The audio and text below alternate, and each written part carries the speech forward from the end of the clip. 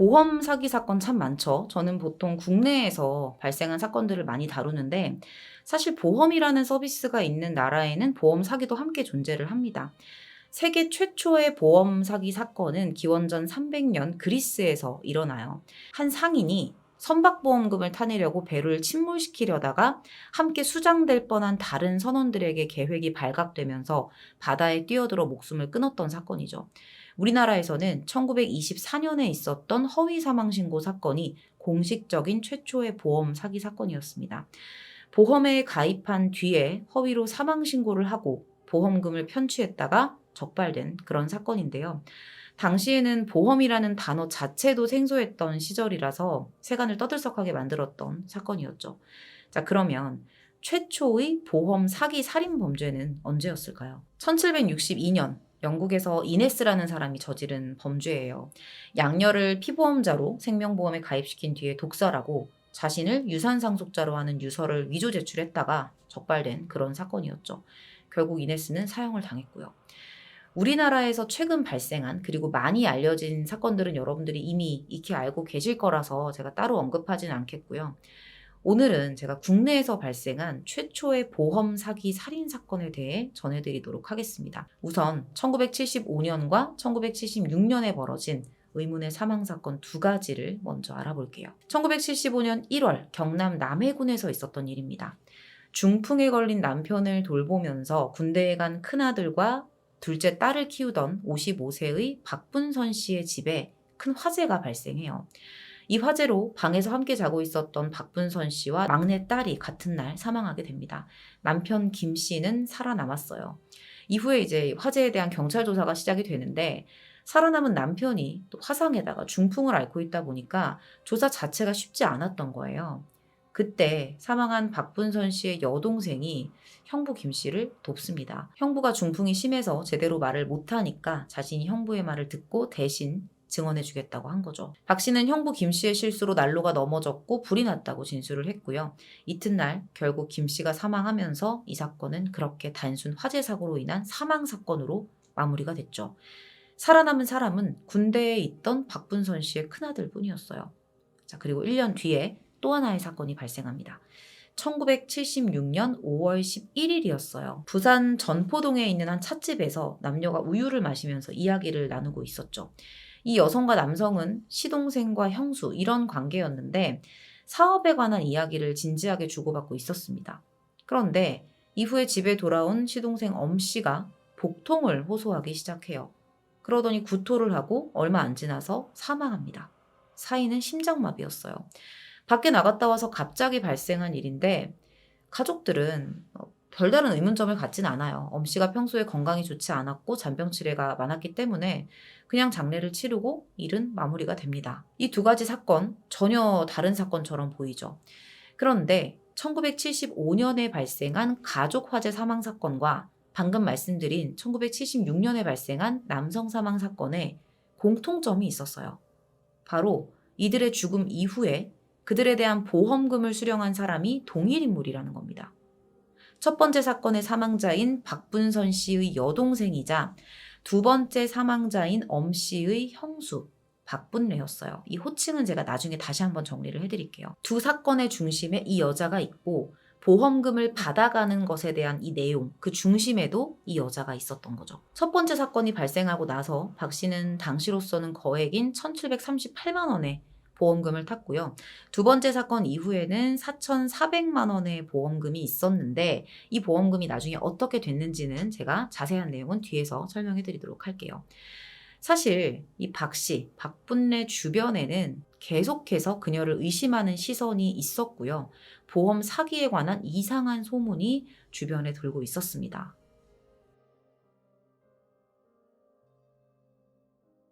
그녀를 의심했던 사람, 첫 번째, 조카였습니다. 친언니 가족 사망 사건 중에 군대에 가 있어서 화를 면했던 아들이 있었잖아요. 큰아들, 김군인데 이 김군이 제대를 하면서 자신의 가족들의 죽음에 의문을 가지게 된 거예요.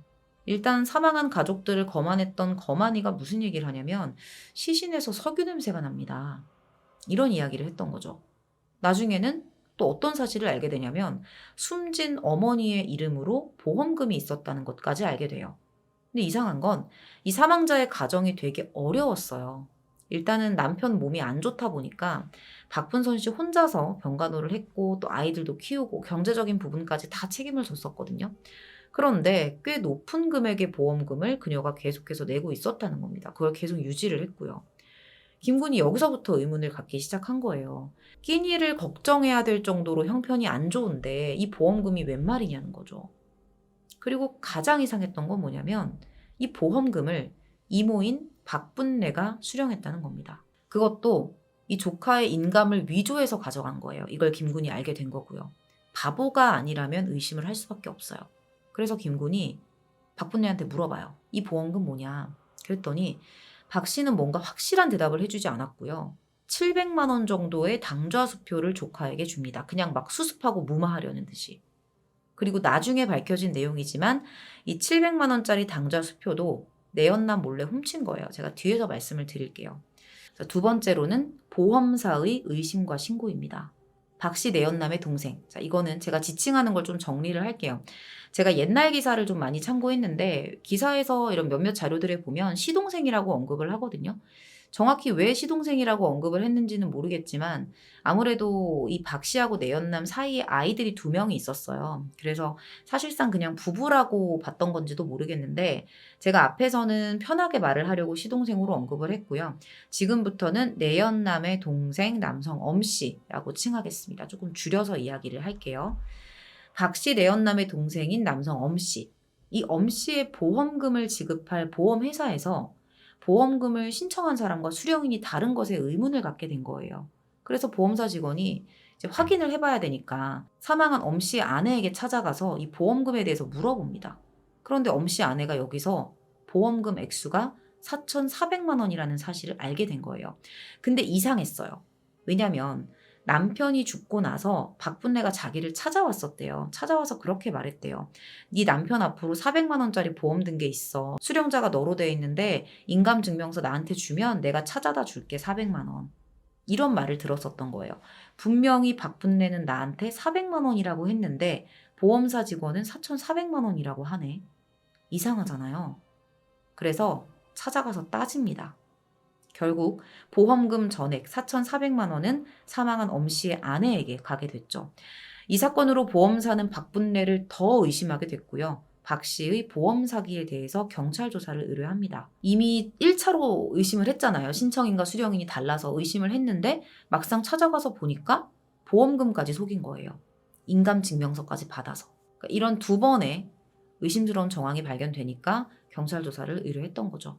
자, 그런데 박분례도 가만히 있지 않았어요. 1977년 4월 그녀는 자신에게 살인죄를 뒤집어 씌웠다면서 보험사를 상대로 1,000만 원의 명예훼손 위자료 소송을 걸게 되는데 예상외로 여기서 승소합니다. 심지어 보험사로부터 80만 원의 위자료까지 받아내요. 정말 황당하죠. 자, 이렇게 보험사의 의심은 박 씨의 승소로 그냥 묻혀버려요. 자, 그리고 그녀를 의심하고 있었던 또 한 사람, 바로 동거 중인 내연남 엄씨였어요. 박 씨가 조카가 자신을 의심하니까 그걸 좀 무마하려고 700만 원짜리 당좌수표를 줬었잖아요. 이게 알고 보니까 내연남 엄씨 거를 훔쳐갔던 거예요. 그 사실을 엄씨가 알게 된 거죠. 결국 엄씨는 당좌수표를 고의부도냈고요. 1977년 7월 박분례를 특수절도 혐의로 경찰에 고발합니다. 박분례는 이것 때문에 검거가 됐고요. 특수절도와 부정수표 단속법 위반 혐의로 부산구치소에 수감이 됩니다. 그동안 박분례의 조카 김구는 부모님이 화재 사고로 돌아가신 것에 대한 사인을 분명하게 재조사해달라면서 경찰은 물론 법무부 장관과 검찰총장에게도 꾸준히 진정을 넣고 있었어요. 결국 경찰 수사가 시작이 됐고요.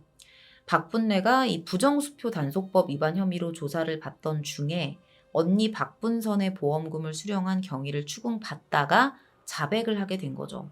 자신이 보험 사기를 계획하고 실행한 게 맞다는 거예요.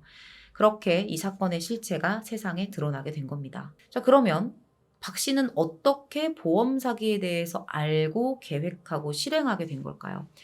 그녀는 1973년 11월부터 보험회사에 다니던 국민학교 동창들로부터 보험에 대한 이야기를 계속 듣고 있었어요. 재해특약 보험에 가입을 하면 보험료를 적게 내도 나중에 화재나 교통사고를 당했을 때 불입금의 5배에서 10배를 탈 수 있다는 그런 정보를 얻게 된 거죠. 결국에는 가족들과 지인들 몰래 그들의 이름으로 생명보험에 가입을 했던 겁니다. 검거 당시에 밝혀진 내용에 따르면 내연남 엄씨, 그리고 엄씨의 본처, 그리고 본처의 아들 등의 명의로 모두 15구자, 당시 돈 월 58만 원씩을 내면서 계약 총액 1억 5천만 원어치의 보험을 유지 중인 것으로 밝혀져요. 내연남의 본처와 본처 자식들 것까지 가입을 한 거예요. 이미 죽을 사람들은 다 정해져 있었던 겁니다. 박분내 머릿속에. 지금부터는 박 씨가 보험금을 위해서 대담하게 저지른 2건의 범행에 대한 진술 내용을 한번 정리해 볼게요. 대단히 무섭고 악한 여자예요. 안 잡혔으면 큰일 날 뻔했어요. 여기저기 다 손을 뻗어놓고 있었거든요.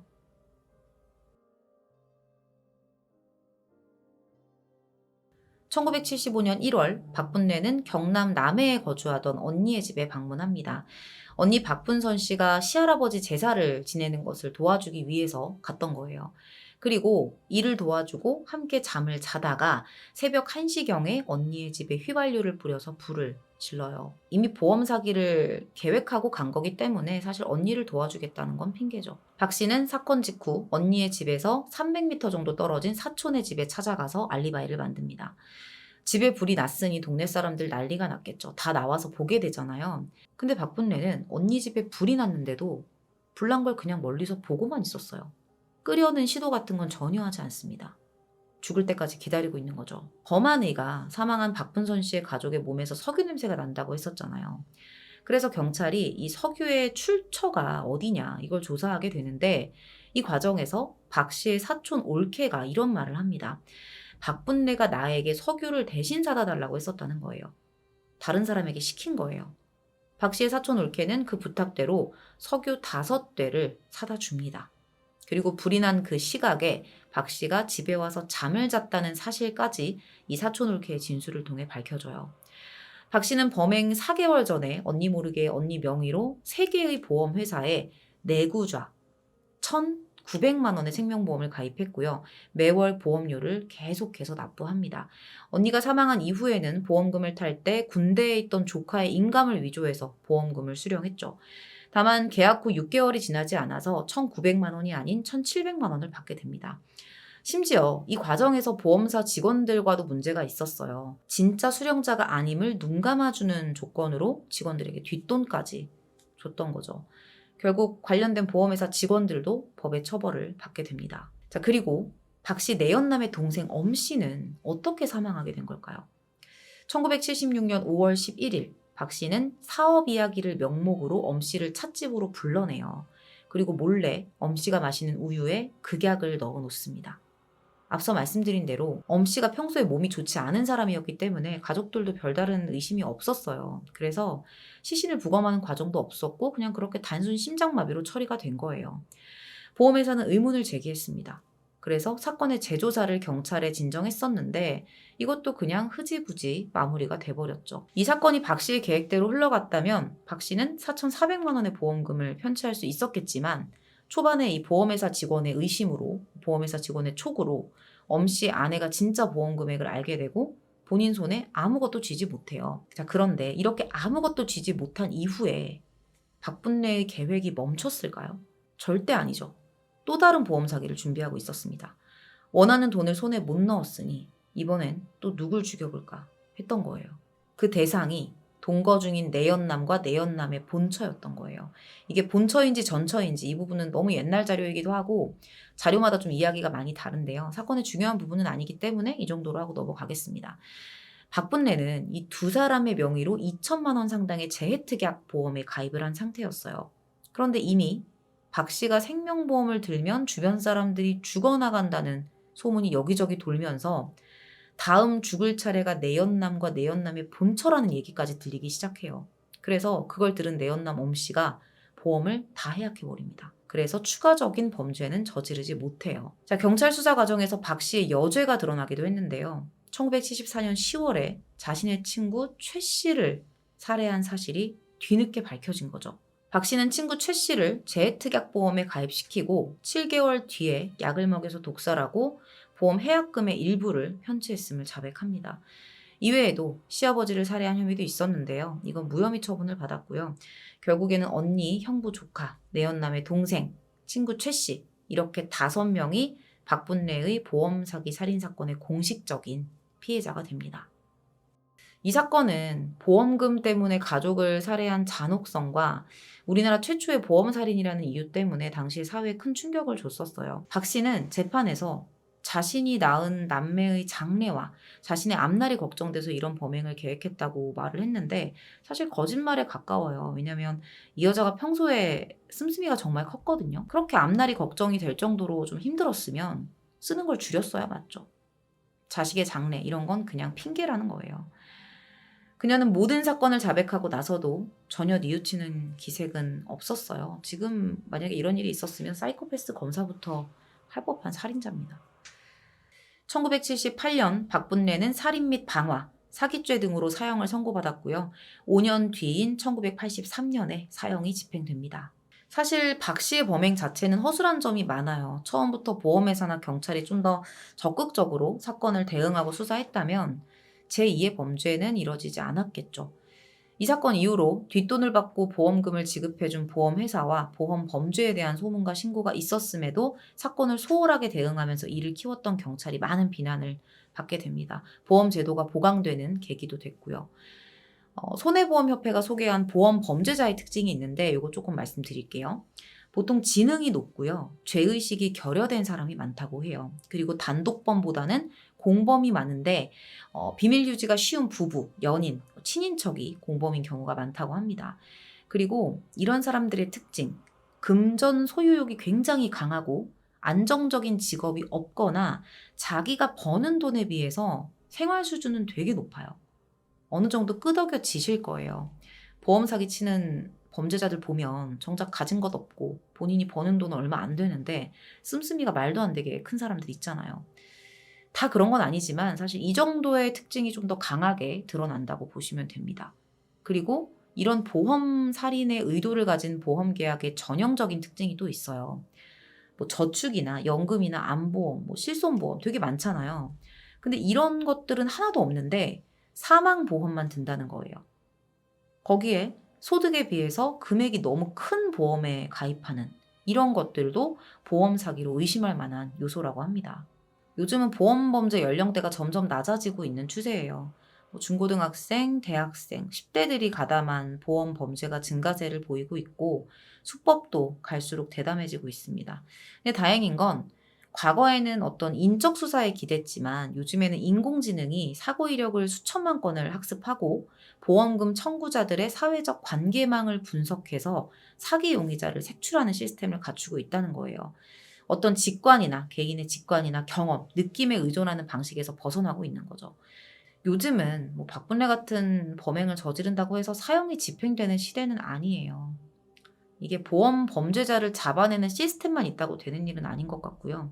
범죄자의 범죄 행위에 대해서 엄격하게 처벌하는 많은 선례들이 만들어져야 이런 사건들이 줄어들지 않을까 생각을 해봅니다. 오늘 준비한 내용은 여기까지고요. 1975년과 1976년 국내에서 발생한 박분례 보험 사기 살인 사건이었습니다. 긴 시간 시청해 주셔서 감사합니다.